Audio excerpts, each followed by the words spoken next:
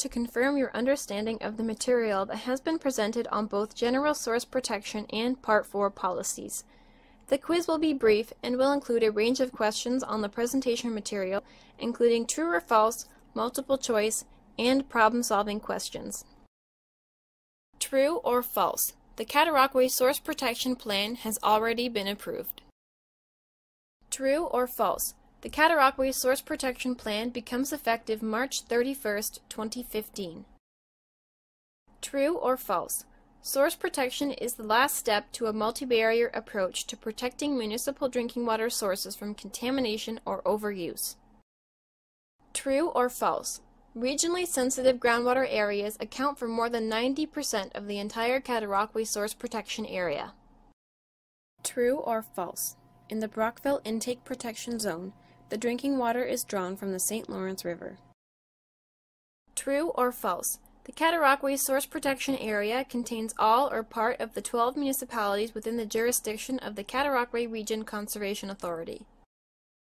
Part 4 of the Clean Water Act applies to A. Significant and moderate drinking water threats, B. Moderate and low drinking water threats, C. Moderate drinking water threats, or D. Significant drinking water threats. Which of these statements is incorrect? A. Water treatment removes all chemicals. B. A pollution event can ruin a water source forever. Or C. Protecting drinking water sources benefits the environment. The Cataraqui Source Protection Plan was developed by the A. Cataraqui Source Protection Planning Authority, B. Cataraqui Source Protection Committee, C. Cataraqui Source Protection Planning Committee, or D. Cataraqui Source Protection Authority.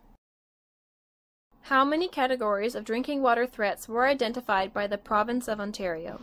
A. 21, B. 19, C. 26, or D. 22.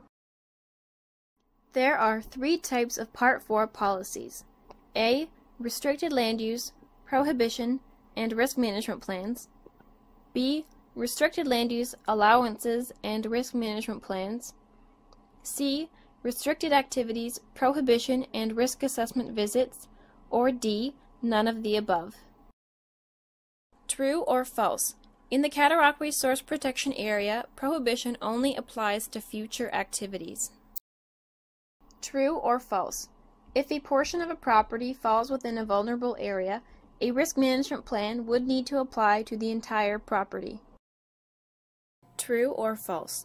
Risk management plans in the Brockville Intake Protection Zone will only apply to the application of pesticide to land and the storage of hazardous waste at disposal sites.